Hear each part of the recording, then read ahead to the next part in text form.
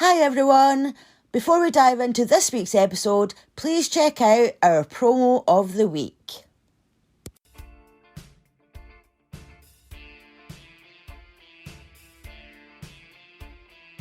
Hi, I'm Anna Thomas, and let me tell you about my podcast, Apple for the Teacher. It sure sounds like it's about reading, writing and arithmetic, but don't let the title fool you.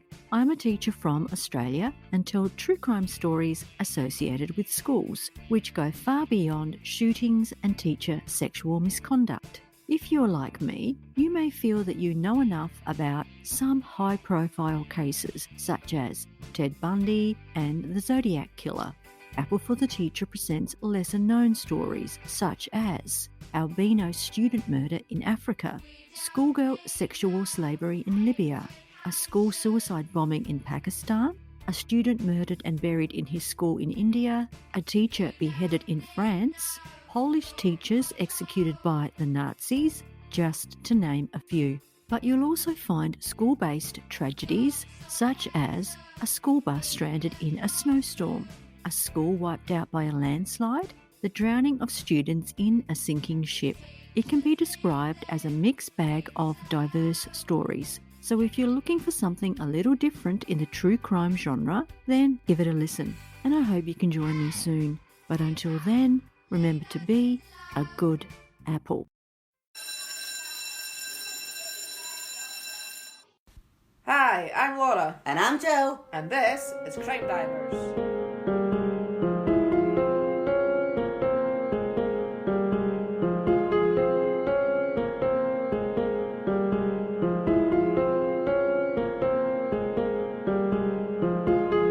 Hello everybody, welcome to today's episode. Hello. And we would just like to say Happy New Year. Happy New Year. So we're kind of a bit late in coming back, aren't we? I would say like a week late. We've been enjoying our time off though, haven't we? We have. Laura got some PlayStation games for her Christmas. So, of course, I got roped in to playing. Against my will, of course. I got roped in to playing. Yeah, of course. I really twisted your arms so hard. Yeah, so we got a bit carried away playing the PlayStation, didn't we? That was good though, wasn't it? It was good. But eventually we kind of thought, oh, we better get our shit together. Yeah. And record some content for the podcast. So that's what we're doing. We're back. We're bigger and we're not big. Well, I don't know. Maybe we are bigger. Did you put on weight over Christmas? Yeah, I bet. Yeah, to be honest. I was going to say bigger and better, but we're probably just the same. No, I'm ready for some more crime. Yeah, I'm ready to dive right back into it. Mm-hmm. Well, as we were doing before Christmas, we'd started highlighting missing people. So we're going to carry on doing that. So I'm going to pass you over to Laura. Okay, so today's missing person is Christina Lynn Judd. Female, age 28. She may also be known as Christina Harvey. She's been missing since the 7th of September 2021. She was last seen getting into a silver SUV from Ohio. She was on 900 block of Jefferson Avenue, Cabell County. If you have any information, there's obviously some contact numbers here. So contact number for a Lora Lucas, which her number is 304-731-8362. There's also a number for the Huntington Police Department, which is 304-696-4470. There's also a website for the police department, which is www.hpdwv.com. Or you can contact Lora Lucas on Facebook. So if anybody does have any information, get in touch. Obviously, listeners, if you could please just share this on your socials, just to get some awareness out there, and hope that somebody might see it that might know something. Yeah, I will put it on our social media in a couple of days. And as Laura said, if you could just do what you can to get her name out there. And don't worry if you missed any of that contact information, because I will put it in our show notes for this episode. So obviously we'd just like to say thank you to our existing Patreons, because we did take a few weeks off. So, thank you for still being here. And if anybody would like to join our Patreon for bonus episodes, then just head on over to patreon.com/CrimeDivers. There are 3 different tiers, just starting from £1 a month. And that's that. Yeah. So let's get on to today's episode. So where in the world are we? We're in the UK. Yeah, in London. London, baby. Yeah, London, baby. If anybody watches Friends, they will know that reference. And that was such a bad... That wasn't even a impression. very good reference there, No, was it? wasn't, but never mind. Anyway, what's it called? It's called The Family Who Vanished. Okie dokie. Shall we dive in? Let's dive in. So in 2003, Neil Chohan was the owner of a successful fruit importation company based at Heathrow called Seba Freight. Right. Now, I'm not actually sure if that's his real name, as many articles called him Amarjit. So whenever I looked him up, whenever I was reading it, that came up, Amarjit as his name. But I watched a documentary, it had subtitles on it, and his name was spelled as Anil. So it was like A-N-I-L. Right.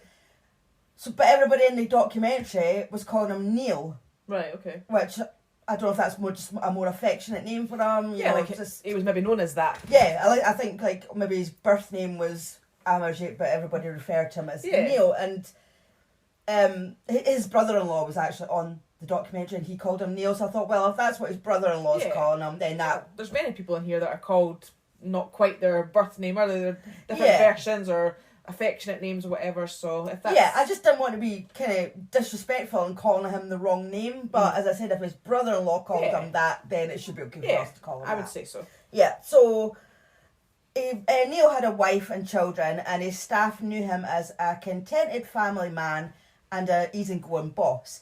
They all mucked in at work, and when they got busy and had to work extra hours, Neil would like buy them pizza and drinks, just, kept them all happy. And, sounds like a good boss to me. Yeah, I would be quite happy with my boss buying me pizza and drinks. Totally. Yeah, so it just sounded like a really good place to work, a happy family. Yeah.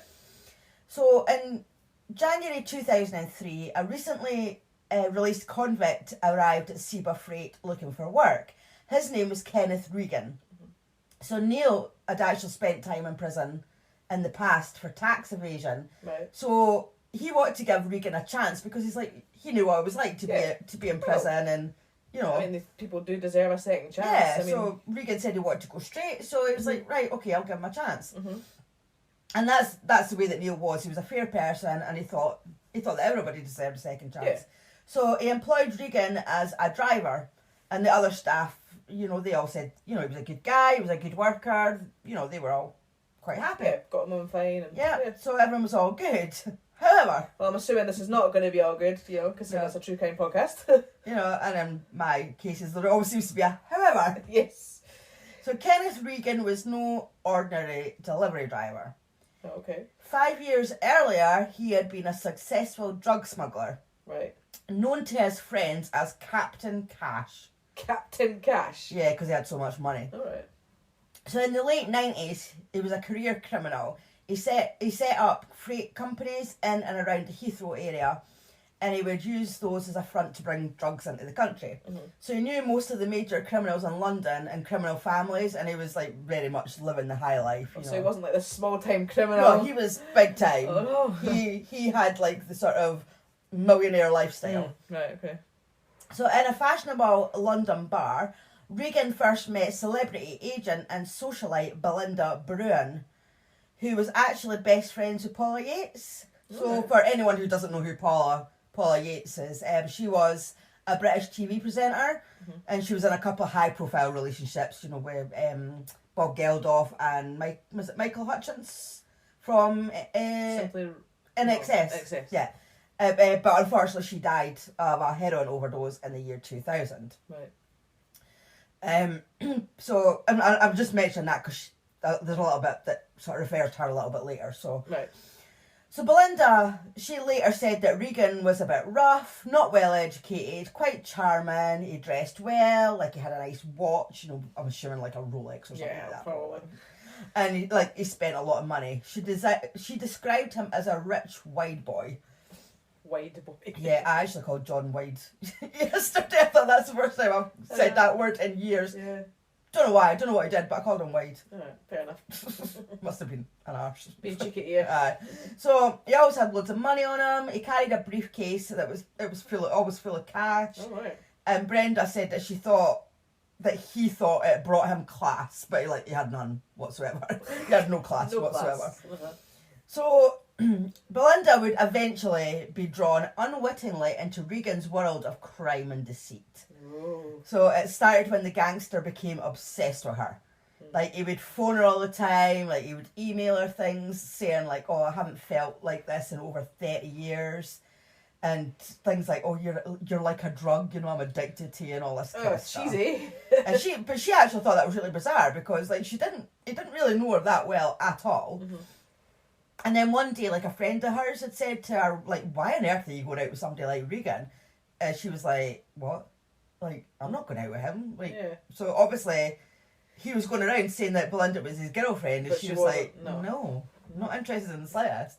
And she did find this really worrying, but then a few days later, he was actually arrested, so she never got to speak to him about it. Right, okay. So on the 17th of June 1998, Regan was caught with 25 kilograms of heroin. So facing 18 years in prison, he decided to turn grass Right. and to get his sentence reduced. Uh-huh. So his testimony helped convict 12 major criminals. Wow. So he only spent 4 years in prison. Oh, bloody hell. So by the time he got out of prison, obviously he didn't have many friends left. No. He didn't have any money left, Mhm. and he was living in like this tiny little bungalow with his dad. Right. So he wanted to get back into being a drug importer. So Neil Chohan's business, Seba Freight, would be perfect cover for him to do it. Yeah, because he'd be a driver, can transport stuff around as well, probably, I would think. Well, no. Oh, He planned to steal the company. Oh, right, okay. So his plan was so ruthless that no one would realise that it had taken place. So he began by setting a trap. So soon after working at Seba, Regan approached Neil and told him that he knew some investors who wanted to buy the company for £3 million. Right. So this was enough to tempt Neil because his wife Nancy did want him to retire. Mm-hmm. She wanted to go back to India, which is where they were from. Mm-hmm. So she'd made it clear that she missed India, and she talked about it a few, like, you know, she talked about it quite a lot. And Neil had actually considered it because he'd said that the level of education in India was higher than the UK. So, Right, you know, okay. obviously because they had the two young children. Yeah. Uh-huh. Yeah. So while Regan gave Neil time to consider the offer, he began working on his next phase of his plan. Seba Freight wasn't the only thing he wanted to get his hands on. He was planning on getting in touch with Belinda Bruin next. Mm-hmm. So by this time, Belinda had given up her house in London for a new life in Devon. As I said before, her best friend had been Paula Yates. Yeah. And like Tiger Lily, I think that's her youngest child. Oh, right. Paula's younger child. That was actually Belinda. She's actually Belinda's goddaughter. Oh, right, okay. So after she died, I just want to make clear how sort of close they were. Uh-huh. So after Paula died, Belinda was like absolutely devastated, Mm-hmm. and that's why she decided, do you know what, I'm gonna go make a new start. She's got kids, she had daughters, Uh-huh. so she's gonna make a new start with her daughters out in the countryside. Mm. So Regan, his obsessive calls and letters had stopped while he was in prison, but now that he was out, he started pursuing her again. So one day, just a few weeks after he got out of prison, he left a message on her mobile. He said that he had a business deal that he wanted to discuss with her. So at the time, Belinda had a huge house, a huge mortgage, 2 kids at private school. She'd given up her job, and then her boyfriend had left her. So she was like, well, I could do with the money, you know. Yeah. Mm-hmm. So she was interested to see what he had to say, and she called him back. So he told her that he was planning on taking over Seba Freight, obviously not like In a criminal way. not in a criminal way, like Yeah, he was all above board. She thought, aye, Yeah. that's legit, yeah. And he needed a new managing director. Although she had no relevant experience, he offered her a huge salary for a 2-day week. Now, you want to know how much the salary? I was like, I'll do it. At first, he offered her £54,000 a month, and she was like, nah, that's not enough to cover all my bills. So he increased it to £72,000 a month for 2 days' work as a Bloody managing hell. director. Jesus, I'd snap your hand off for that. What the hell? I know, nobody gets paid that for 2 days' work. I would be, yeah, exactly. Like, was that not ringing any bells? Unless you're a footballer, actually, I suppose you play it. Yeah, but not working in an office. Like, I know. You know, I a man. know. I mean, to be fair, if somebody came along and said to me, "I'm going to give you $72,000 a month just to work 2 days," I'd be like, "Well, what's the catch here? Yeah. Like, how is that going to be possible?" And I think considering this is ex-con. Well, yeah, especially if you've got a form already for this sort of thing. So yeah, I think I would be alarm bells ringing there. But you know, easy for us to say we're not in a situation. Of course, we can't. Especially if she needs that kind of money to live or pay her bills or whatever. Well, private school, big house, you know, it all costs a lot of money, like. And I can understand maybe that, oh yeah, that sounds great, but I still would be thinking, yeah, that sounds great, but what's the catch? But she was obviously used to these kinds of money, this kind of money, when she was a celebrity agent before, so maybe that didn't seem like that much to her. Maybe in her world, that is just normal, like a normal amount of money, but to us, obviously, it's like, what? Hello? What? So anyway, so the job offer gave him an excuse to visit Belinda at her isolated Devon home. So she said, like, he would come up like with bizarre reasons, like he would like want her to sign a letter or a form, or he would want help to fill in a form, and he would drive all the way from London, which is nearly like 200 miles away. Oh, wow, yeah. To be in her house for like 20 minutes, just saying like, can you sign this form or whatever, and then he'd go away again. So it was Just tell me she was reading what she was signing. Oh, well, I don't know. Because that sounds like that's dodgy as well. I don't know. I don't know anything about that.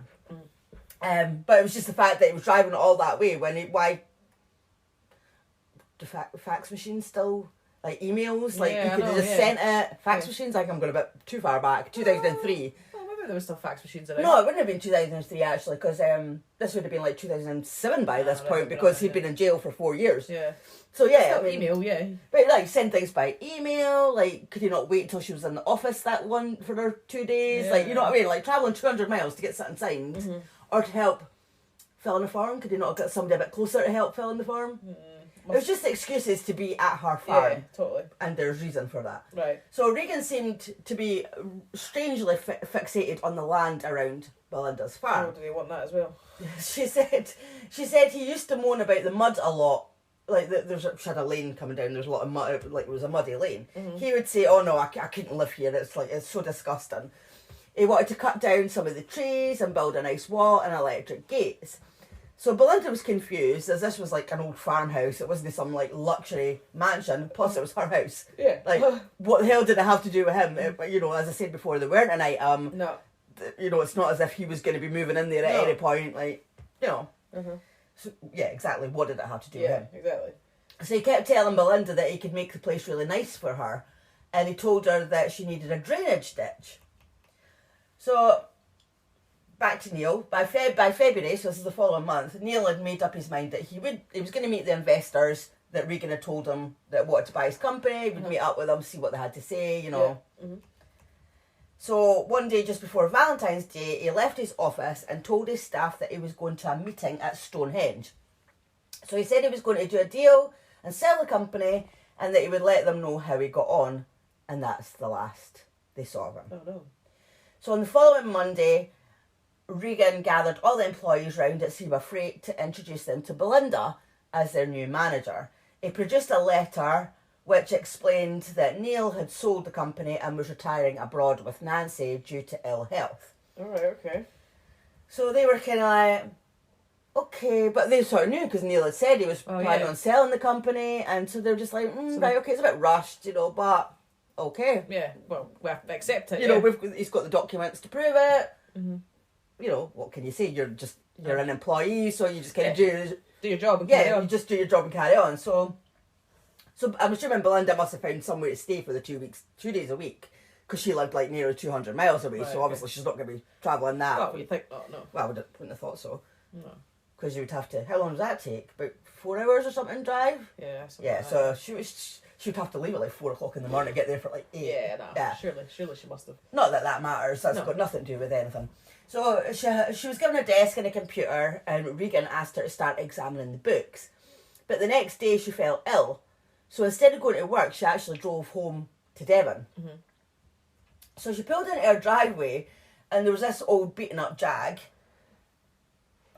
sitting there, and she was like, okay, what the hell's going on? Whose car's that? But why is it in my driveway? So she saw 2 guys in her field with a digger. Okay. So she went over. These men were William Hornsey and Peter Rees, who were friends of Regan.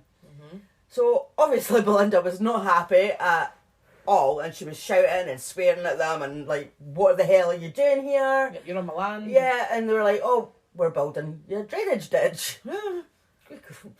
Just because Regan had said she wanted one, so he just went ahead and sorted it without her. Say so. Yeah, exactly. So, and she saw this big ditch in the middle of her field. So Regan then arrived, and she told him, she was like, I'm not even pissed off about the drainage ditch. It's the fact that this is my land, and you didn't ask for permission. Like, you just don't go digging up people's land. Well, That's no. just Exactly. no. We hadn't agreed this. I mean, yes, you mentioned it, but I hadn't agreed it. Yeah, exactly. So she was more pissed off about that than the fact that the actual drainage ditch. So his answer to that was, well, I thought you would appreciate it. Right. Okay. Oh, okay, fine, but you could ask. Yeah. So she hated it, and she said that her field now looked like a car park, and she wanted rid of it. Right. But the men said, right, just wait till the summer, and we'll sort it. So she must have been like, right, okay, whatever. So now, Regan was on the verge of regaining his former millionaire's lifestyle. He was in control of his bonded warehouse, which was an ideal front for importing drugs. And he had Belinda, who he had been obsessed with for years, on his payroll. So it must have been like all his dreams have come true. He's back on track, he's got his money. And although they weren't together, he was obviously working on that. Aye, he was trying to get in there. Yeah, but the secret... See, we have another however. The secret behind his success would soon be exposed. So 12,000 miles away, Onkar Verma was working as a journalist in New Zealand. His sister was Nancy Chohan, so that's Neil's wife, Right. and he was planning on visiting her and her family in London for the first time.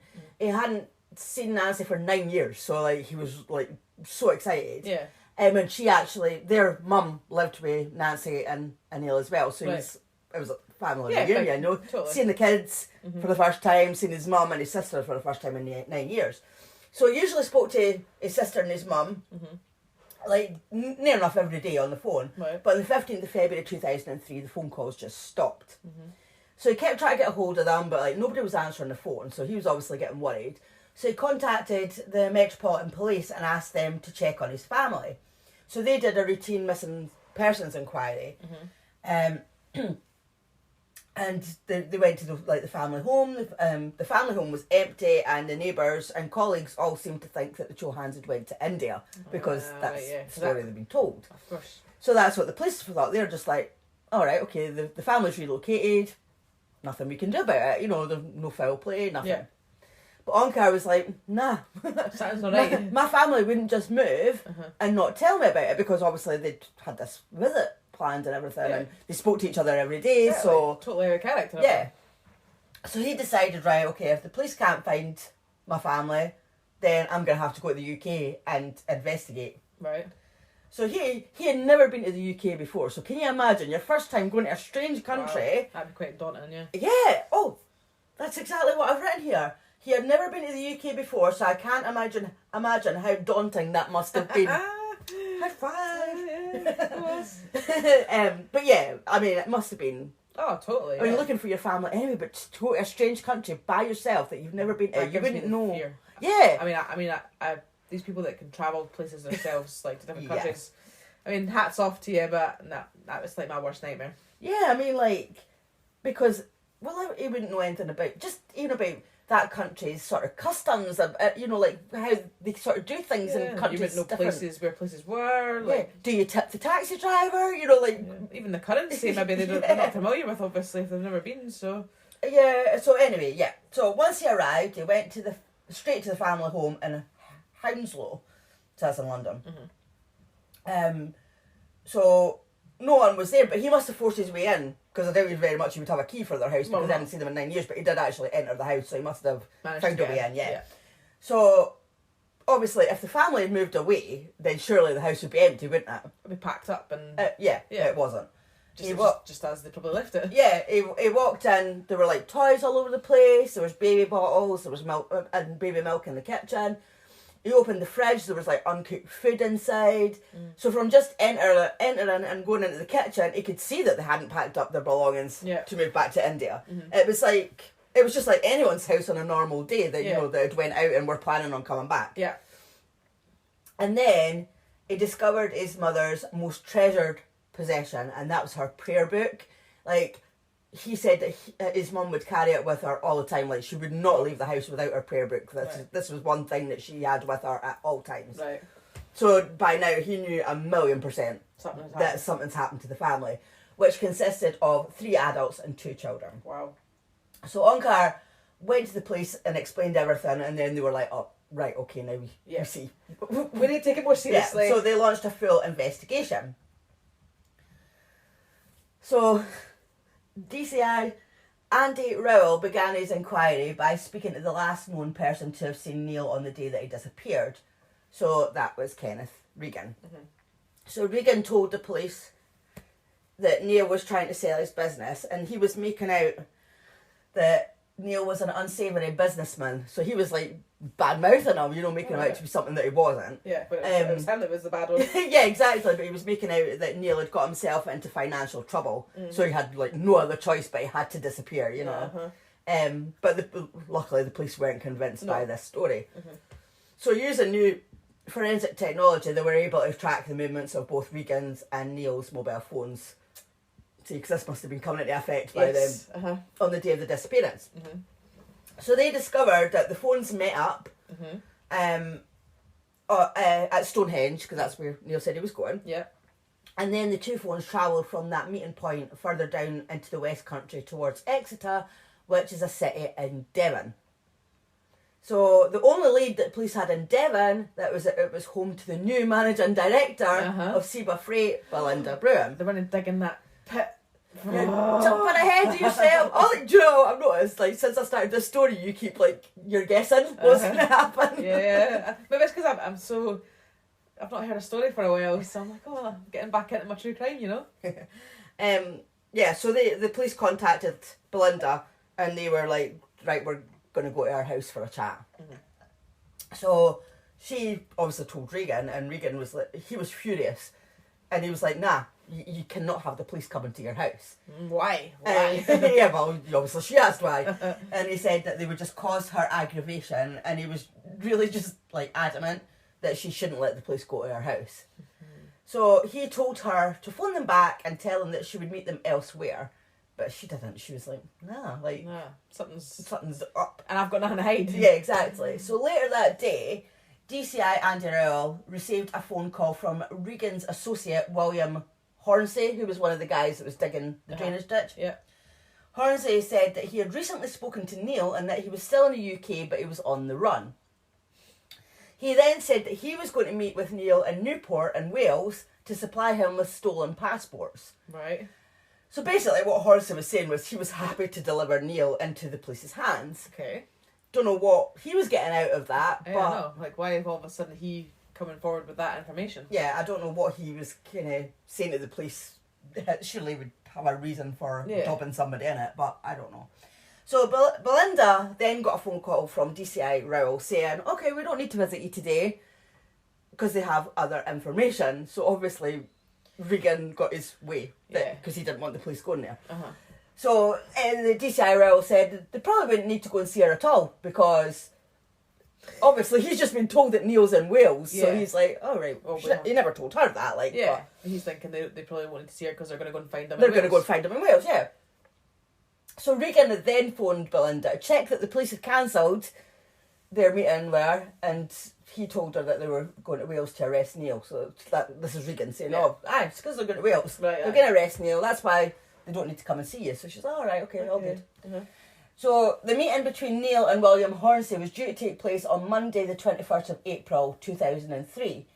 But over the weekend, Belinda, she received an unexpected visit from Kenneth Regan, William Hornsey and Peter Rees. They told her that they were going to re-gravel the lane beside her stables. Right. So when a digger arrived, she wasn't surprised because she thought, well, okay, they're going to level the lane and put the gravel down. She was actually quite happy with this because she wanted that done. Yeah. So she's like, all right, okay, right, I'm going to, said to her kids, come on, let's go to town, and just left them to it. Right. So on the Monday, detectives travelled to Newport, South Wales, to the spot where Hornsey said he was planning to meet Neil. So there's a statue of a pig outside the passport office, and that's where they were meeting. And I actually did wonder if that was significant, that it was a statue of a pig, because I don't know if it's in other countries, but in our country, a lot of people call the police pigs. So I did wonder if that had some significance. I don't know if it did or not. Or just total coincidence, maybe. Yeah, I don't know. So yeah, that's where they were meeting. So on the day, the police were obviously watching. Yeah. The Hornsey turned up, and he brought Regan with him as well, and they both stood there for a few moments, waiting for Neil.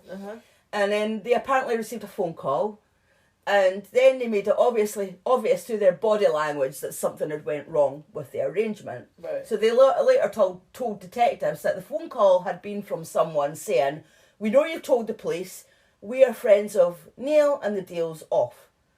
So police traced the call, but it was to an unregistered phone. Right. Okay. So they were back to having no idea where Neil and his family were. So obviously that was all set up, and that. Yeah. So that's why I wondered, like, the pig statue.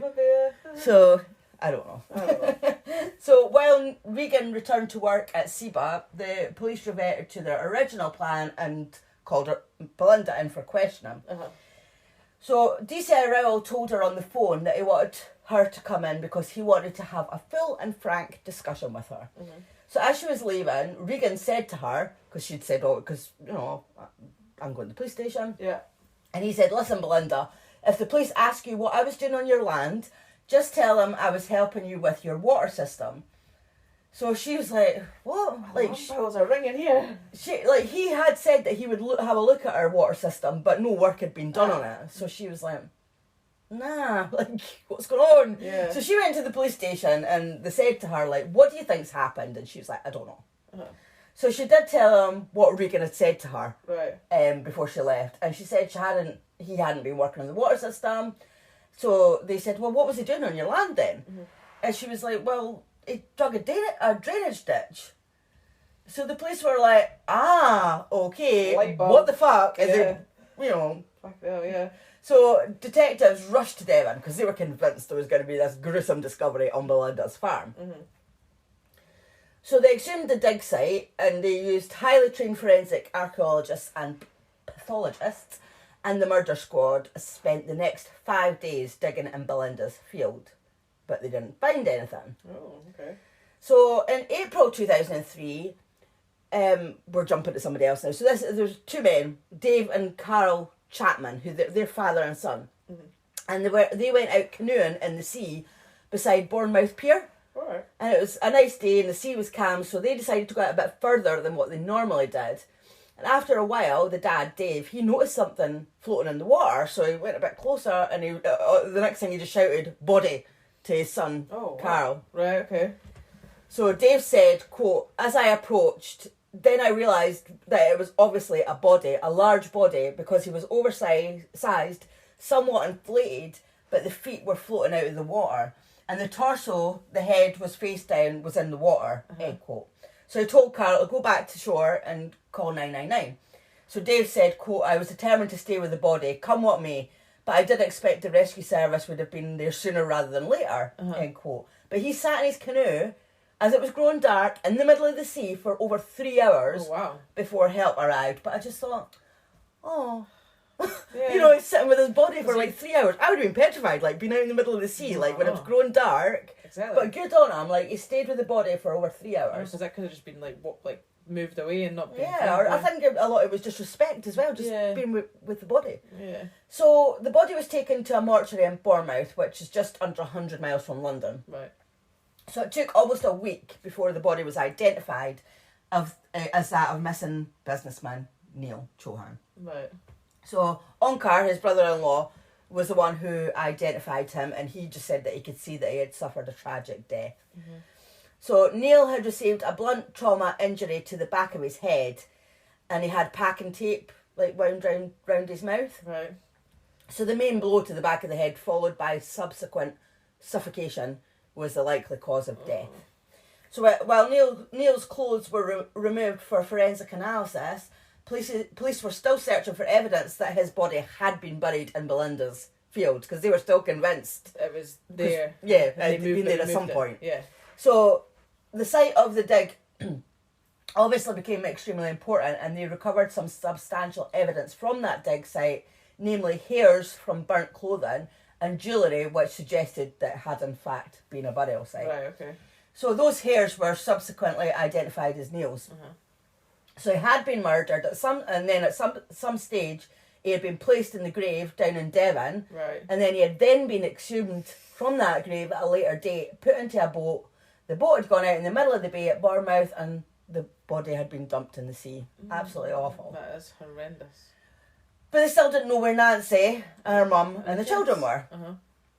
So the fact that the dig site was so big, and if you just wanted to hide just one body, you know, they were kind of like, well, why is the dig site so big if it was only for one body? Yeah. You know, so they were still it would have thinking, been like a shallow grave, which would have been... well, not so much a shallow not grave, shallow but like grave, a small, a smaller dig site. Yeah. A smaller site. So they're like, nah, this site's too big to have just been for one body. And coupled with the fact that they knew a whole family had gone missing, and that there had been a bonfire there as well, Right. because there was burnt hairs and stuff.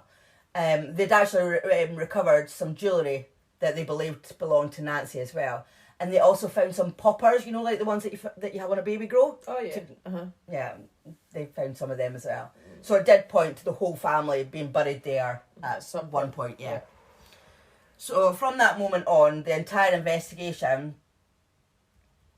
changed focus and became a Category A, which is the highest category of murder inquiry. Right. So Kenneth Regan from that point on became the prime suspect, but they didn't know where he or William Hornsey were. They'd obviously done a runner. Right, okay. So they set about looking for them.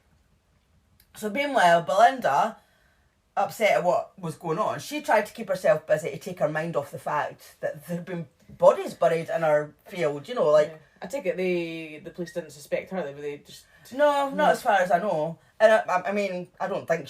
It doesn't come across as she knew anything. No, I mean, it doesn't come across it, but I just wondered if they had sort of... I mean, maybe they did and they've questioned her and it's all been fine, but like from what I've seen, you know, she was never suspected of being involved with it. Yeah, so she was trying to take her mind off it. She was out in the field and stuff, like where horses. And she noticed that her horse had ripped its horse blanket.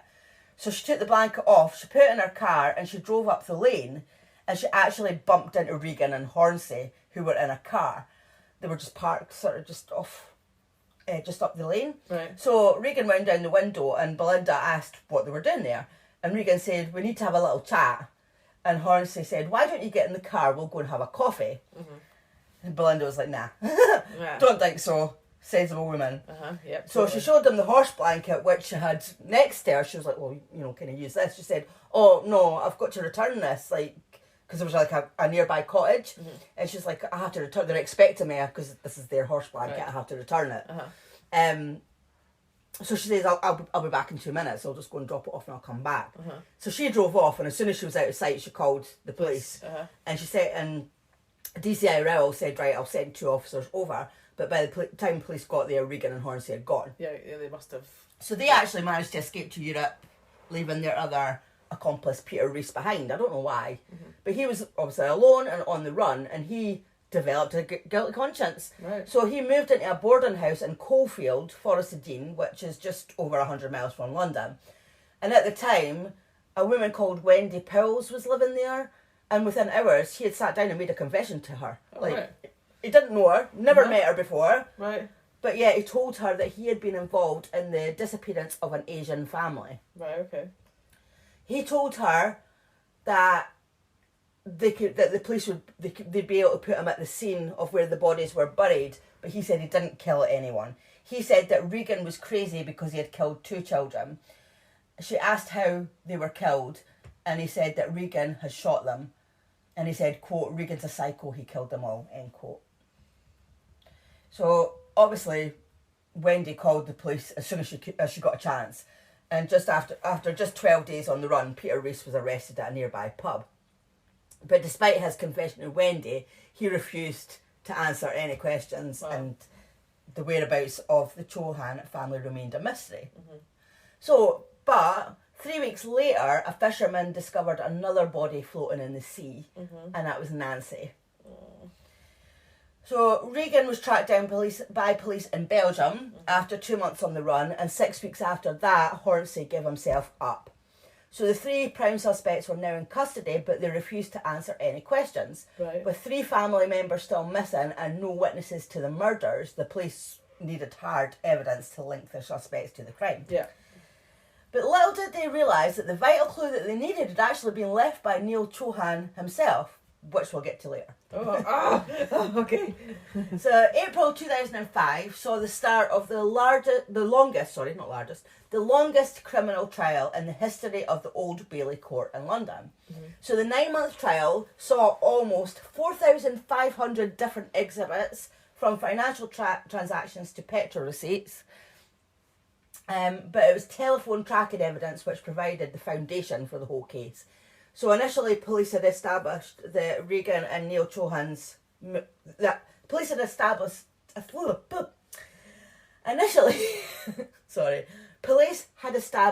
Regan and Neil Chohan's movements by tracking their mobile phones, as I'd said earlier. Yeah. Once they gained access to Hornsey and Reese's phones, they had compelling evidence for an abduction. Right. So from the telephone evidence, Neil had met with Regan, Hornsey and Reese. So I'm assuming that Neil must have thought that Hornsey and Reese were the investors. Yeah, that he was supposed to meet him. Then all 4 phones travelled to Wilton and Salisbury to a house at 3 Forge Close, which was Regan's dad's bungalow. So over the critical period when Neil had initially gone missing, there was never a time that one of those phones wasn't in that house, in that area. Right, okay. So that led them to believe that Neil was being guarded at Regan's home. Yeah. So all the men could be placed at the scene, but detectives had needed... all the men could be placed at the scene. I'm getting annoyed with myself. But detectives had needed further clues as to what actually happened at the house. Right. In the run-up to the trial, they unexpectedly received some vital new evidence from one of the suspect's own relatives. So William Hornsey's son approached the police and gave them a Lexmark colour printer and a grey suitcase, which contained a number of pieces of A4 paper with Neil Chohan's signature on it. Right. So the printer and the documents from the suitcase explained how Regan had managed to convince the staff at SEBA that Neil had sold the company and left the country. It was believed that Neil was held at Regan's home so that he could force Neil to sign the documents under duress. Right, okay. The suitcase contained 10 blank sheets of paper with Neil's signature on them, so they must have been spares, which Regan could have used to produce any other forgeries if they were needed, obviously after Neil had been murdered. Yeah. So Regan's initial plan was to get rid of Neil Chohan, but once he had decided to do that, he realised that he had to murder the rest of the family, because if he didn't, then they would raise the alarm. Well, of course. Because his plan was, they've moved. Yeah. Like, nobody's been murdered, they've just... You hadn't accounted for the brother, though. No. So, again, due to the telephone evidence, they could see that Neil was being kept at Regan's home with Reese guarding him. Regan and Hornsey had travelled to London to the Chohan's house, and they had spent several hours there. But it's not certain that that's where they died, but it's thought that they were killed there. So there mustn't have, you would have thought there would be forensic evidence, but because obviously when... we don't know how they were killed. No. But then you would have thought that their DNA would be there, but... Yeah, because because they had gloves and stuff on. Maybe they had gloves on, yeah. Yeah, I'm sure the police did their police work, so there's no point in us kind of wondering why. I know, we could have opinions all day. And I'm sure the police did their jobs. Yeah. So the police were unable to establish precisely where or when the family had been murdered, but they were convinced that Neil Chohan had been killed at Regan's bungalow. Right. The problem was proving it. So a full forensic examination was carried out at the premises over many days, but there was nothing significantly found there. The reasons for this was because the room had been recently decorated and the furniture had been removed and replaced with new stuff. Even the carpets had been, everything had just all the old stuff had been moved out, decorated, all stuff moved in, so... Yeah. But despite the suspicious activity at the house, it was still not proof that Neil had been murdered by Regan. It was one single piece of evidence that convinced the jury beyond reasonable doubt. Is this the bit that you were talking about? A clue that had been initially overlooked by the scientists and left in storage for almost 8 months. Right. So, remember I said Neil left a piece of evidence? Well, it was in his sock. Oh. So when his right sock was examined, inside was a folded piece of paper. Right. So it was obviously a bit fragile because it had been in the seawater, but it had been folded like loads of times, like so it was really small, so that must have helped protect it. Plus it was in his sock. Yeah. So it was a letter from the Cheltenham and Gloucester Building Society, and it was addressed to Mr. Regan at his home address of 3 Forge Close, and it was dated the 12th of February 2003. So it meant that it arrived the day it's believed that Neil was being held captive at Forge Close. So he himself knew what was going to happen. Yeah. He must have waited till whoever was guarding him had left the room, maybe go to the toilet or to get something to eat or something, and he's managed to grab that letter and put it, like, fold it up and put it down his sock to prove that he had been there. Yeah. So, wow. Like... I mean, that's amazing to... Good on him. Like, Exactly. I mean, that's horrific that he knew what was going to happen to him, or knew there was a good chance. I mean, like, and he's had that thought to grab something to say that, I was here. I was in this house. To prove I was here, yeah, totally.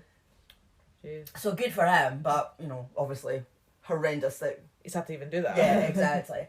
So, after the 9-month trial, the jury reached a unanimous verdict. Peter Rees was sentenced to 23 years for the murder of Neil Chohan. Hornsey and Regan each received 5 consecutive life sentences for murdering the Chohan family. Right. So the remains of Charanjit Kaur, that's Nancy's mum, was her remains were eventually found off the coast of the Isle of Wight. Right.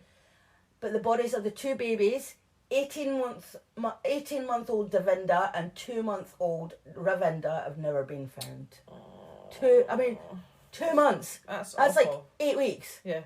Newborn. Yeah. That's awful. And 18-month-old, and apparently from what Reese had said, he said that he shot them, but their remains have never been found. That's horrible. So, and all of that was because this greedy person wanted this businessman's company so that he could smuggle drugs into the company. It was all greed. Yeah. It was all for money, wasn't it? Yeah, he just wanted his lifestyle back that he'd had previously to be in prison, and he just saw that as a... And he killed a whole family. For that. And then... But they didn't get it though, did he? Because he's ended up in jail for probably the rest of his life. Yeah.